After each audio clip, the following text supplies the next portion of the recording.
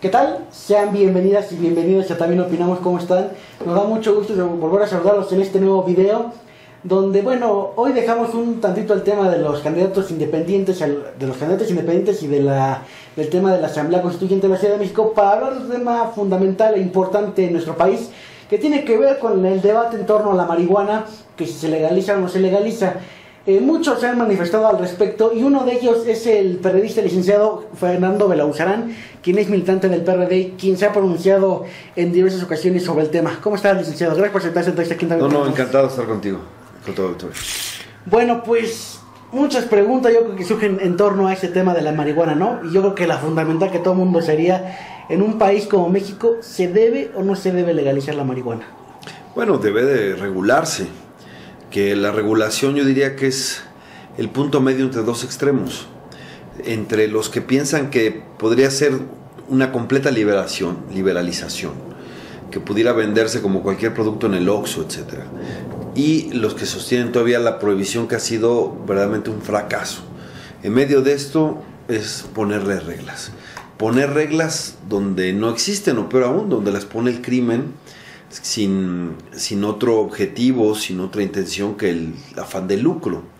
Entonces, por supuesto, yo quisiera que se legalizara la marihuana, pero no solo a secas, sino con una regulación, que haya reglas claras para prevenir daños a terceros, para que haya reducción del daño, para que haya absoluta información, para que haya control de calidad, para que no se corra riesgos, porque si la prohibición lo que buscaba era proteger a los jóvenes, la verdad es que nuestros jóvenes nunca han corrido tanto riesgo y tanto peligro como ahora por culpa de la fallida prohibición.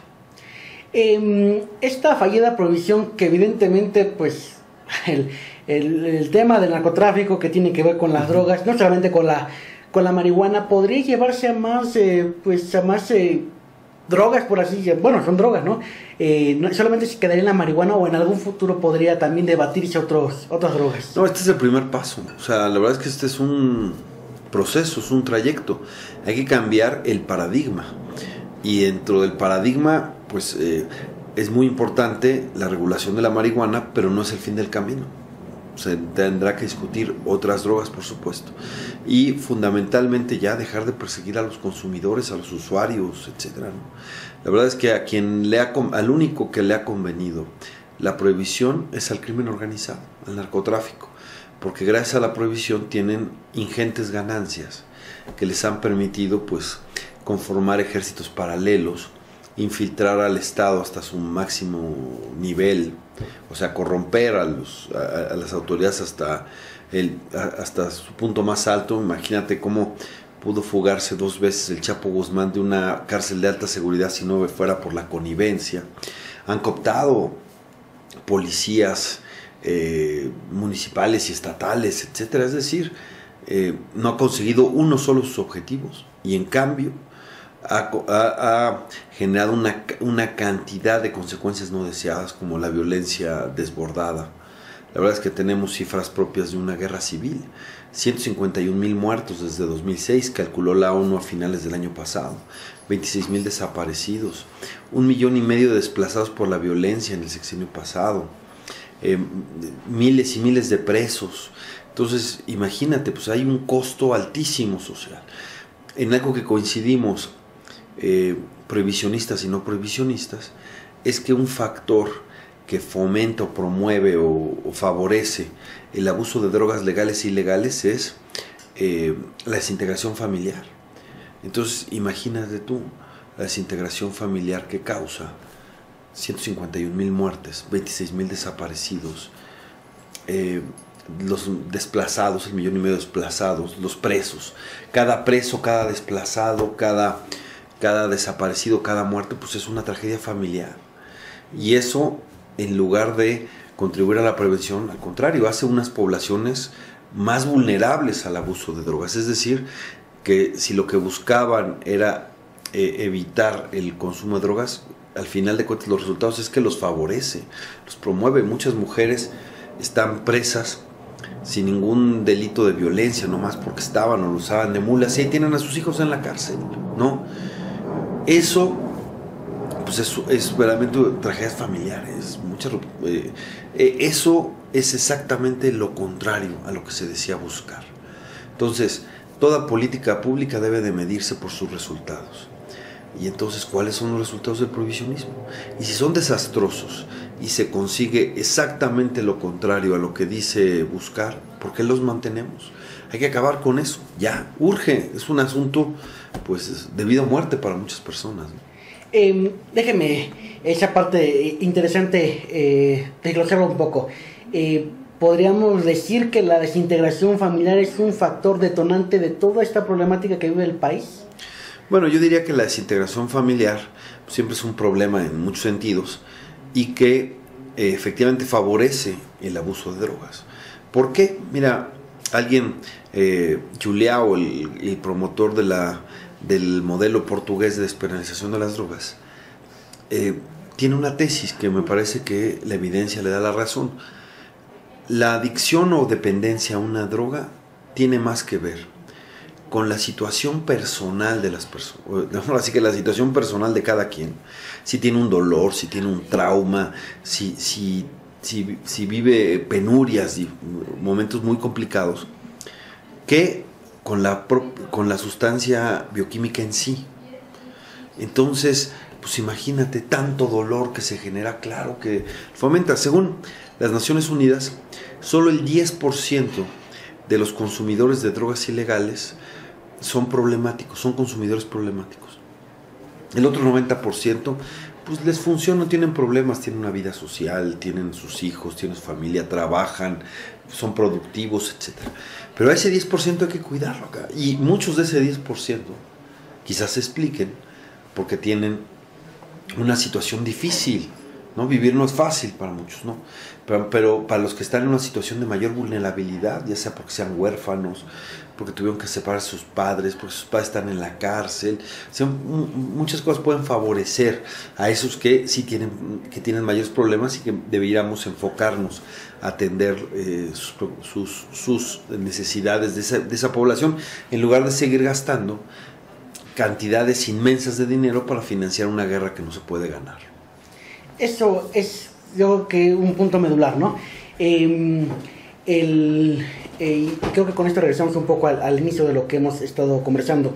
El legalizar o el regularla, mejor dicho, como ha mencionado, ¿eso podría disminuir las cifras de violencia que vive el país? ¿Eso sí garantizaría pues, disminuciones a esta guerra que sigue habiendo, ¿no?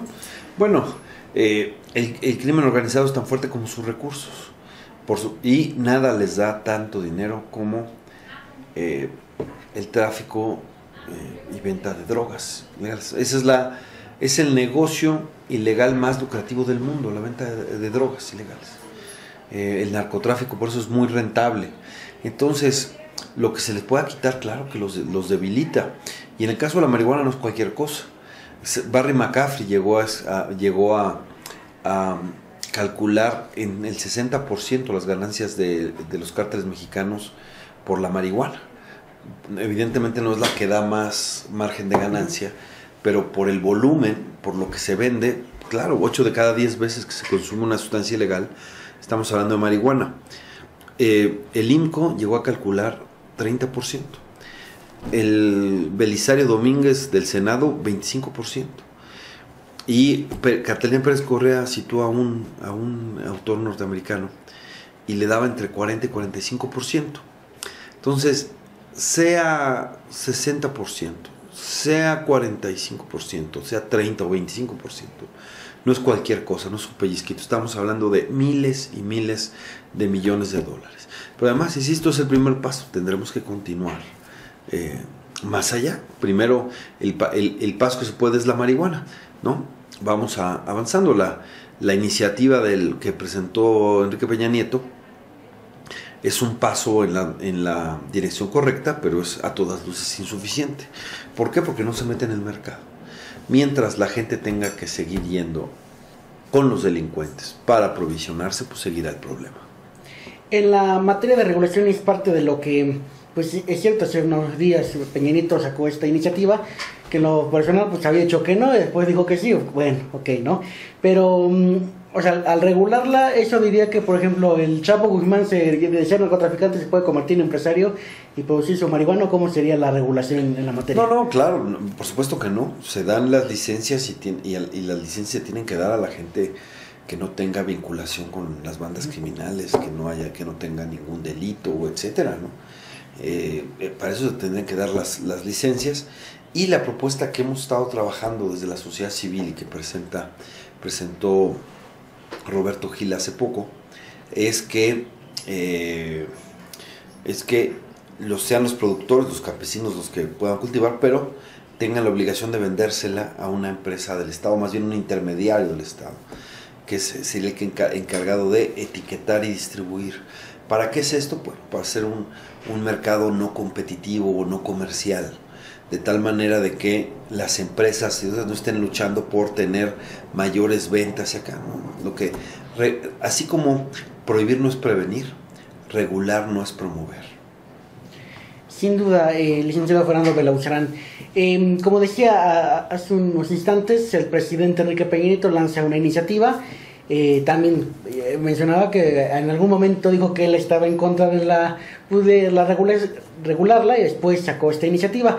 En su parecer ya nos ha dicho que es insuficiente, pero ¿qué puntos buenos y qué puntos le hacen falta a esta iniciativa? Sí, claro, mira, yo temía que pudiera salir el parto de los montes, que salía tirititito, y no, la verdad es que sí presentó una propuesta con sustancia, aun cuando falta mucho por recorrer.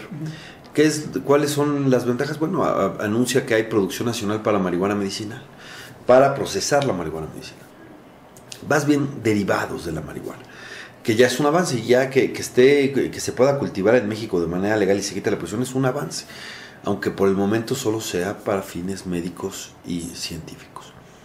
Que hay una descriminalización real debajo de la tabla también es un avance, porque como está actualmente, aunque tengan por menos de los 5 gramos, que es la aportación que pusieron, tienen que ser llevados al Ministerio Público, se abre una investigación, y ya que ven que no es miembro de la delincuencia organizada, etcétera, lo dejan irse a su casa. Pero ahora, como viene la propuesta, ya debajo de la tabla no hay ningún delito y no tienen por qué ni subirlo a la patrulla ni llevarlo a ningún lado. Además se puso un gramaje adecuado, 28 gramos, ya es un estándar. Los 5 gramos eran una burla, ¿no? Y eso servía para criminalizar mucha gente. Y muy importante, la liberación de los presos, de los consumidores propios. Eso es fundamental. Por supuesto, no es lo que, digamos que fue más de lo que esperaba, que bueno, lo valoro, pero fue menos o mucho menos de lo que necesita el país. Por supuesto que necesitamos quitarle el mercado al narcotráfico, ¿no? Mientras no hagamos eso, pues seguirá todo lo pernicioso de la prohibición y lo que hemos vivido con la guerra contra las drogas, el enriquecimiento de los carteles, etcétera, ¿no? Entonces, porque la pregunta es, ¿y de dónde sacas los 28 gramos? Pues tienen que ir a la ilegalidad, tienen que ir al mercado negro, tienen que ir con criminales para conseguirlo. Entonces, sigue la problemática, ¿no? Sigue la problemática. Pero no quiero minimizar el hecho, sobre todo porque el primer paso siempre es el más difícil, es el que más trabajo cuesta dar. Después los que siguen son más fáciles. Entonces celebro este paso dado, pero anuncio una vez que hay que dar muy pronto, el siguiente paso. Durante el próximo periodo de sesiones, en noviembre, se llevarán a cabo las elecciones en una decena de entidades en Estados Unidos sobre la marihuana para fines personales, o como le llaman también, recreativos o lúdicos. Entre esos, 2 entidades que hacen frontera con México, California y Arizona. Entonces, imagínate cuando ya esté, digamos, la marihuana para fines personales, para uso personal en la frontera. Ahorita está para fines medicinales, pero imagínate cuando eso ya esté mucho más abierto. Si la frontera es porosa de México a Estados Unidos, de Estados Unidos para acá, pues qué te digo, son hoyos negros. Cuando esté en la frontera, pues obviamente habrá una disminución de la demanda de marihuana mexicana en Estados Unidos. De hecho, ya existe esa disminución, pues bueno, se acrecentará.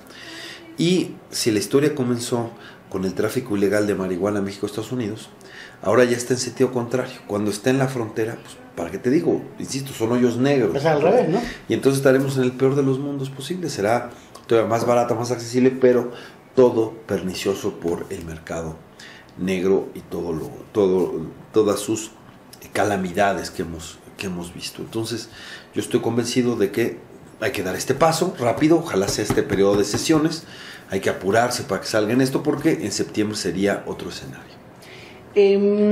Sin duda, la sociedad, como usted, como muchos grupos sociales, se han manifestado en torno a ese tema de la regulación, unos con diferentes puntos de vista, y evidentemente pues se dio lo que hace unos días, se dio lo de la iniciativa del presidente Enrique Peña Nieto. ¿Cree que esa presión de la sociedad orilló a que el gobierno diera ese primer paso? Por supuesto, es más, recordarás que Peña Nieto ya había cancelado su viaje a Nueva York. Sí, a la ONU, ¿no? A la ONU. Y entonces la presión de la opinión pública lo obligó a irse. Y quizás esa presión que lo obligó a irse también inclinó la balanza del gobierno para que, digamos, hicieran una propuesta al menos con sustancia, ¿no? Por eso digo que tengo que reconocer que el presidente presentó más de lo que esperaba, lo cual valoro, pero menos de lo que necesita el país, que necesita quitarle el mercado.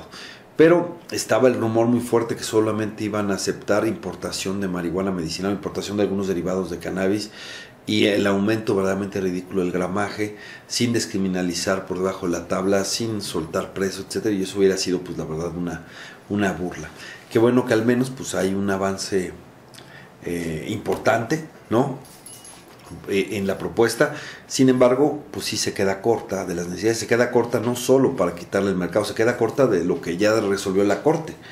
La Suprema Corte de Justicia de la Nación, en la primera sala, determinó que, según nuestra Constitución, según el artículo primero, los mexicanos tienen derecho, con base en el derecho al libre desarrollo de la personalidad, a consumir marihuana, los adultos por supuesto, y tener una vía legal y legítima para adquirirla. Eso dijo la Suprema Corte, por eso lo que tenía que proceder, pues después del fallo, pues hacer la regulación completa, ¿no? La regulación también para su personal. No se llegó a tanto, pero que no nos pidan, que no exijamos el cumplimiento de la Constitución, porque es obligación política y ética del Poder Ejecutivo y del Poder Legislativo hacer que los derechos contenidos en la Constitución se puedan ejercer a plenitud. Y a eso no hemos llegado, ¿no? Digamos que se quedó corto respecto a la Corte, pero, insisto, sí fue, o sea, sería mentir decir que no hay un cambio importante. O sea, lo que se logró es importante, es valioso, es un paso en la dirección correcta. Llamo a los legisladores a aprobar, sobre todo en las intenciones. Habrá cosas que corregir. Por ejemplo, se les modificaron el 237 de la Ley General de Salud para quitar la prohibición del cultivo, del transporte, etcétera, para la marihuana medicinal, que dicen que quiera que haya cultivo o producción nacional. Eso lo hicieron, qué bueno, pero se les olvidó hacerlo en el Código Penal. El artículo 198 del Código Penal lo prohíbe expresamente, pero bueno, eso se puede arreglar en la dictaminación, modificar el 198, porque si no modifican el 198, pues la verdad es que será absolutamente esquizofrénico. Como letra muerta, ¿no? Sí, sería, o sea, imagínate que en un documento dice que está permitido y en otro que está prohibido. No. Entonces, yo espero que eso corrijan y otras cosas, pero yo me quedo con las intenciones. Y las intenciones de esto son buenas, son favorables, pero no dejaré de decir que son insuficientes. Pero demos este paso que se puede, antes de que acabe el periodo. Porque si no sale en este periodo, en septiembre es otra condición, ¿no? Y en septiembre, en mi opinión, lo que vamos a aprobar ahora, pues ya estaría desfasado, se quedaría muy corto, porque esto va a cambiar rápidamente. Sin duda. Oiga, en otra pregunta le había dicho en el preámbulo que mucha de la sociedad general ha participado. En este canal de YouTube, pues nos ven principalmente jóvenes de nuestra edad, de preparatorianos, universitarios, y algunos habrá que, pues, si la consuman para fines recreativos, ¿no? Lo cual no hay que satanizar, está bien, es cada quien decisión. Pero, pues sí, en su opinión, en lo que usted piensa, ¿cómo invitar a la juventud a que, primeramente, pues, informe y también que sea partícipe de este proceso en nuestro país? Bueno, lo primero que hay que hacer para cuidar a los jóvenes es informarlos y es formarlos, formarlos para ejercer su libertad. Porque finalmente cada joven toma su decisión, cada persona toma su decisión. Y quien decide alterar sus sentidos, lo va a hacer. Y lo va a hacer pues con lo que tenga más a la mano. Y quizás lo que tenga más a la mano, pues genere más daño, más conflicto. Mejor que haya información y que, insisto, que apostemos más o más bien que apostemos por el ejercicio responsable de la libertad y no por la represión que ya fracasó. Entonces, ¿qué es una correcta prevención? Pues es informar, es educar, es darles opciones, es que tengan posibilidades de estudio, de trabajo, de deporte, de cultura, ¿no? Que haya que puedan tener acceso a programas de desarrollo social para que puedan hacer pues lo que hace un joven, que es comerse el mundo a mordidas, ¿no? Eso, en lugar de verlos como enemigos, estarlos persiguiendo como sucede con la guerra contra las drogas, pues aprovechar su ímpetu. Este país no va a cambiar sin el ímpetu de los jóvenes. Entonces que esta sociedad los deje de ver como enemigos, que los deje de ver como potenciales delincuentes, que los deje de ver como sospechosos. Es una gran injusticia eso que pasa. Se hablaba hace poco del bono demográfico. ¿Qué es el bono demográfico? Que los jóvenes iban a insertar en el aparato productivo, venía una pirámide demográfica y que eso iba a generar el crecimiento económico, etcétera. Bueno, no tuvimos ese crecimiento económico.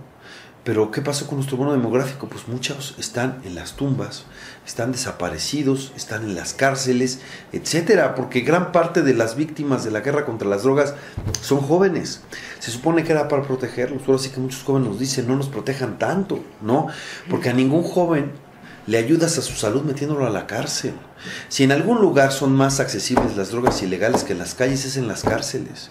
Y si el Estado no puede evitar la venta de drogas ilegales en las cárceles, ¿cómo piensa evitarlo en las calles? ¿No? Es una lucha contra la condición humana. Pero lo importante es que formar personas responsables y que sean los primeros que se hagan cargo de su cuerpo. No el Estado, no el paternalismo Estado que es el que te vigila y te dice lo que es mejor para ti o no y te lo impone, no.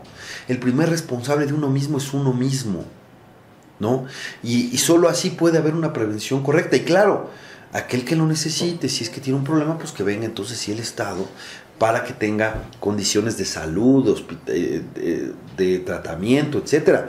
Pero eso es para quienes lo necesitan, ¿no? Para ese sector, para ese 10% que te decía de usuarios problemáticos. Para el otro, mientras no afecten a terceros, es muy su cuerpo, es muy su decisión, ¿no? ¿Por qué queremos definir lo que una persona consume, lo que una persona siente, lo que una persona, cómo quiere hacer, qué hace con su sistema nervioso, ¿no? Un ejemplo de marihuana con uso lúdico. Uso personal, es la que nos da Isabel Allende, la que escribió La Casa de los Espíritus, y dice, miren, para mí, de repente, comerme un bizcocho de marihuana y hacer el amor es fantástico. ¿A quién afecta? A nadie, no. ¿Por qué no nos duelen los orgasmos ajenos? ¿Por qué proscribimos el placer? ¿No? Porque es el punto, dejemos de satanizar la búsqueda del placer, ¿no? El placer también es un derecho humano y hay que reivindicarlo. ¿Cuál es el límite? Que tu búsqueda del placer no afectes a un tercero, no afectes a otra persona, ¿no?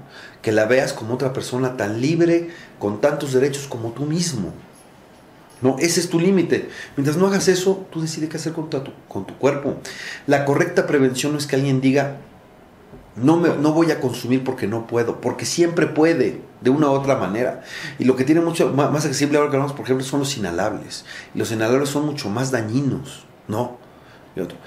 Sino la correcta prevención es cuando alguien dice, no consumo porque no quiero. O si quiero, lo voy a hacer de manera responsable.